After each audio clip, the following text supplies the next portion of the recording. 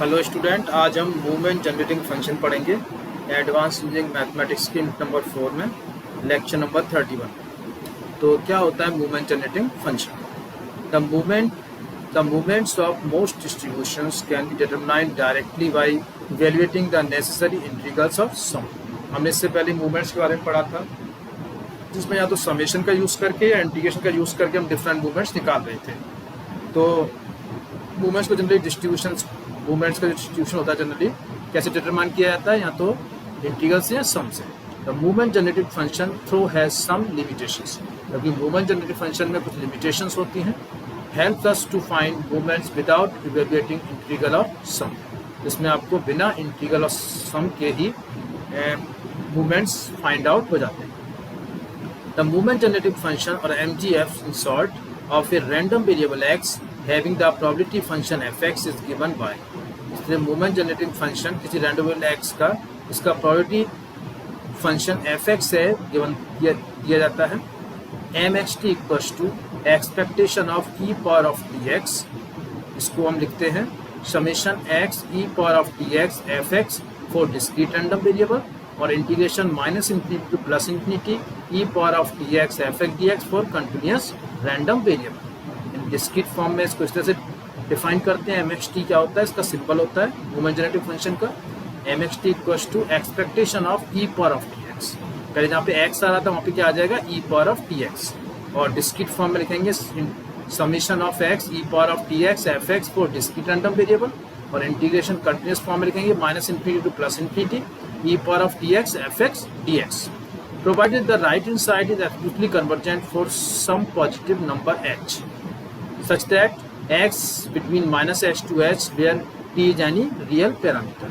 इसमें ध्यान रखना कि राइट हैंड साइड में जो वैल्यूज गिवन है आपकी समेशन और इंटीग्रेशन फॉर्म में, वो क्या होती है, कन्वर्जेंट होनी चाहिए माइनस एच से प्लस एच इंटरवल में, जहाँ पे t क्या है, एक रियल पैरामीटर है। Now M x T equals to, अब हमने डिस्क्रीट फॉर्म में ले रहे हैं, M x T equals to expectation of E power of T X. यदि E power of T X को हम एक्सपेंड कर देते हैं तो उसका एक्सपेंशन क्या होता है, 1 plus T X plus T square X square upon factorial two up to T power of R X power upon factorial R dash dash dash. Infinite terms होती हैं इसमें, इस तरह से हमने एक्सपेंड कर दिया इसे। और अब एक्सपेक्टेशन को अलग अलग पॉइंट्स ले जाते हैं, तो ई वन क्या होता है, 1 ही होता है, 1 का एक्सपेक्टेशन 1 ही होगा, प्लस टी को बाहर निकालेंगे एक्स का एक्सपेक्टेशन यानी ई एक्स आ जाएगा, plus T square upon factorial को बाहर निकालेंगे एक्स स्क्वायर का expectation E X square up to dash dash dash T power of are upon factorial are X की पावर आर का expectation E x power of R up to infinite terms. इस तरह से लिखेंगे इसे, यानी सबका अलग अलग एक्सपेक्टेशन निकालेंगे एक्स की जितनी भी पावर्स हैं उन सबका। इसके बाद 1 प्लस म्यू 1 डैश टी, यहाँ पे टी ई एक्स को हम क्या कहते हैं, first movement about the origin, और मीन भी कहते हैं, इसे म्यू 1 डैश से डिनोट करते हैं। तो इस तरह से यहाँ पे हम 1 यानी 1 को तो 1 ही लिख दिया, plus T into E X को लिखते हैं first movement about the origin mu 1 dash के इक्वल, तो म्यू 1 डैश इंटू टी हो जाएगा। इसके बाद नेक्स्ट आएगा mu 2 dash, E X square को हम म्यू 2 डैश लिखते हैं, यानी second movement about the origin, इसमें टी स्क्वायर अपॉन फैक्टोरियल 2 का मल्टीप्लाई है up to dash dash dash. R term के लिए क्या आ जाएगा, e x power of r mu dash r हो जाएगा, और t power of are upon factorial r multiply में आएगा up to dash dash dash. इस तरह से where mu dash r is the rth order movement about origin. Mu dash r क्या है, आर्थ ऑर्डर मूवमेंट्स है इसमें। Since m x t generates movements hence it is known as movement generating function. इस तरह से M x T में different movements निकल रहे हैं about the origin, mu 1 dash mu 2 dash mu dash R mu dash R. इस तरह से इसको हम क्या कहते हैं, मूवमेंट जनरेटिंग फंक्शन कहते हैं।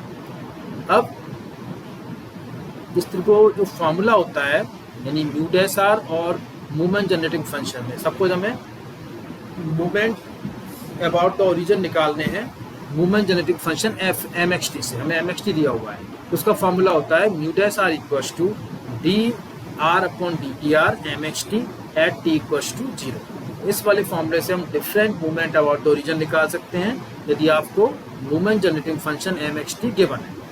तो इसके लिए similarly define movement generating function about mean x bar के रेस्पेक्ट में, अबाउट द मीन के रेस्पेक्ट में यदि आपको मूवमेंट जनरेटिंग फंक्शन निकालना है तो उसके लिए कैसे करेंगे, m x t about x bar equals to expectation E power of T x minus x bar. पहले यहाँ पे e power of T x आ रहा था केवल, अब आ जाएगा x minus x bar x के प्लेस पे। इसके बाद इसको भी हम एक्सपेंड करते हैं, e power of T x minus x bar को, ये क्या वैल्यू हो जाएगी 1 plus T x minus x bar plus T square upon factorial two x minus x bar का square plus dash dash dash up to T power of are upon factorial x minus x bar की power r up to dash dash dash. तो इस तरह से different term बनेगी, इसमें expectation की अलग अलग टर्म्स की फॉर्म में लिखेंगे। तो 1 का एक्सपेक्टेशन 1 ही हो जाएगा, टी बाहर निकल जाएगा, एक्स माइनस एक्स बार का एक्सपेक्टेशन ई एक्स माइनस एक्स बार हो जाएगा plus T square upon factorial two e expectation of x minus x bar का square up to T power of are upon factorial are x minus x bar की power R का expectation निकलेगा। इस तरह से अनफाइनाइट terms हम लिख सकते हैं। अब देखिए इसमें 1 को तो सेम लिखेंगे, टी को भी लिख दिया। अब जो यहाँ पे वैल्यू है ई एक्स माइनस एक्स बार की पावर आर, ये रही, इसको हम क्या कहते हैं, first movement about the mean, u1 कहते हैं। इसकी वैल्यू किसके इक्वल होती है, 0 के इक्वल होती है, plus T square upon factorial two e x minus x bar का होल स्क्वायर को कहते हैं हम second movement about the mean. इस तरह से ई एक्स माइनस एक्स बार की पावर आर को कहते हैं हम rth order movement about the mean u r. इस तरह से हम डिफरेंट मूवमेंट्स लिख सकते हैं। Hence u r equals to d r upon D t r m x t about x bar. इस तरह से रिलेशन निकाल सकते हैं मूवमेंट अबाउट द मीन और मूवमेंट जनरेटिंग फंक्शन, इस वाले रिलेशन से। In general movement generating function about the point x equals to ए।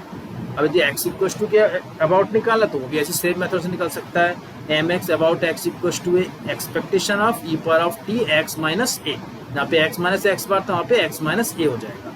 उसे लिखेंगे हम 1 plus mu 1 double dash T plus mu 2 double dash T square upon factorial two up to mu double dash R T power of are upon factorial R up to dash dash dash. इस तरह से infinite terms आएंगे। इस तरह में first order movement about any point mu 1 double dash निकल गया, second movement about any point mu 2 double dash निकल गया। इस तरह से rth order movement about any point mu R double dash निकल गया। इस तरह से सभी मूवमेंट्स इससे हम निकाल सकते हैं।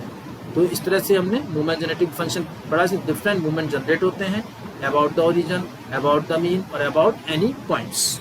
इस तरह से हम तीनों मूवमेंट जनरेट किए मूवमेंट जनरेटिंग फंक्शन से। अब ये क्वेश्चन किस तरह से पूछा जाता है इसमें वो लेते हैं। Let the random variable X assume the value R with the probability law px equals to r equals to q power of r minus 1 into p, where r equals to 1, 2, 3 up to dash dash dash. Find the movement generating function of x and hence its mean and variance.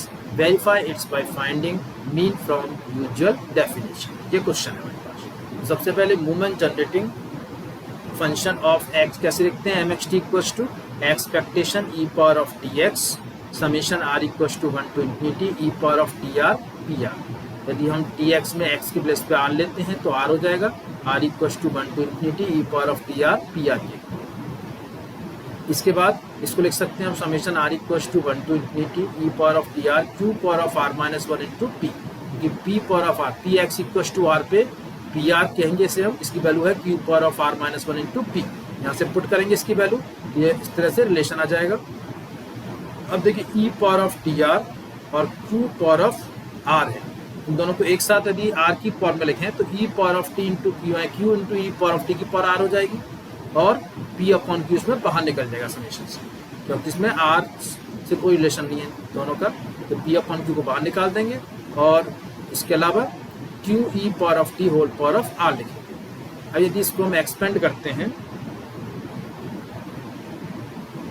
तो क्या होगा, P upon Q, Q E power of T plus Q E power of T का square plus Q E power of T की power Q up to dash dash. इस तरह से infinite terms आती चली जाएंगी। इसके बाद इसमें से Q E power of T को बाहर निकाल दिया हमने, तो P upon Q into Q E power of T 1 plus Q E power of T plus Q E power of T का square up to infinite terms.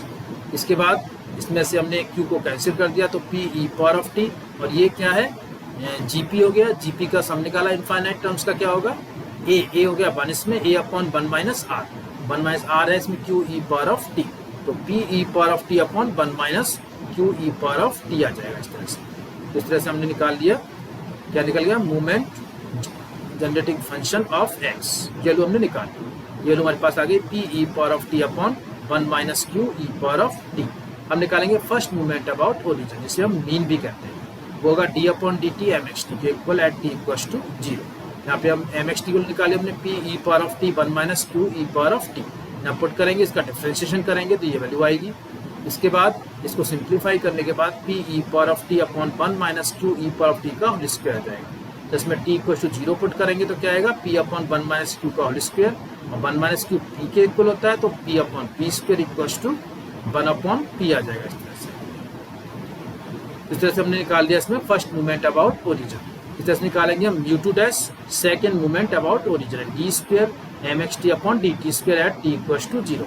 Similarly हम M x T का 2 time differentiation करेंगे और उसमें value प्राप्त होगी 1 plus P e power of T 1 plus Q E power of T upon 1 minus Q E power of T की power Q.